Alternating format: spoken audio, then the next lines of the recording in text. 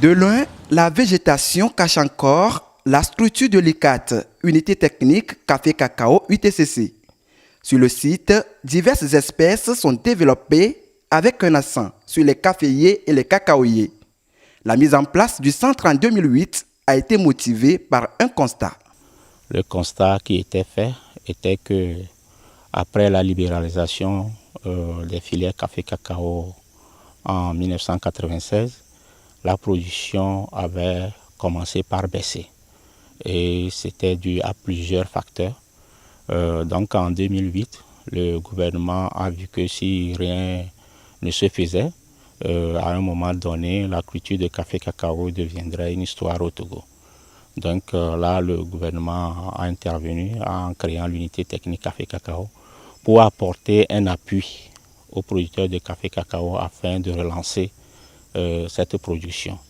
Parce que café-cacao fait vivre beaucoup de ménages.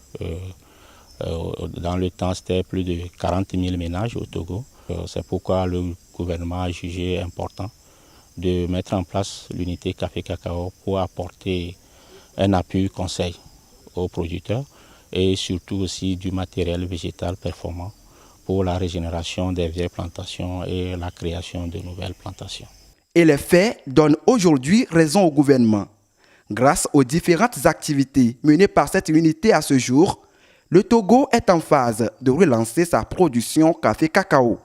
À ce jour, nous sommes à plus de 3 millions de boutures racinées distribuées aux producteurs pour conduire des pépinières et régénérer les vieilles plantations ou créer de nouvelles plantations.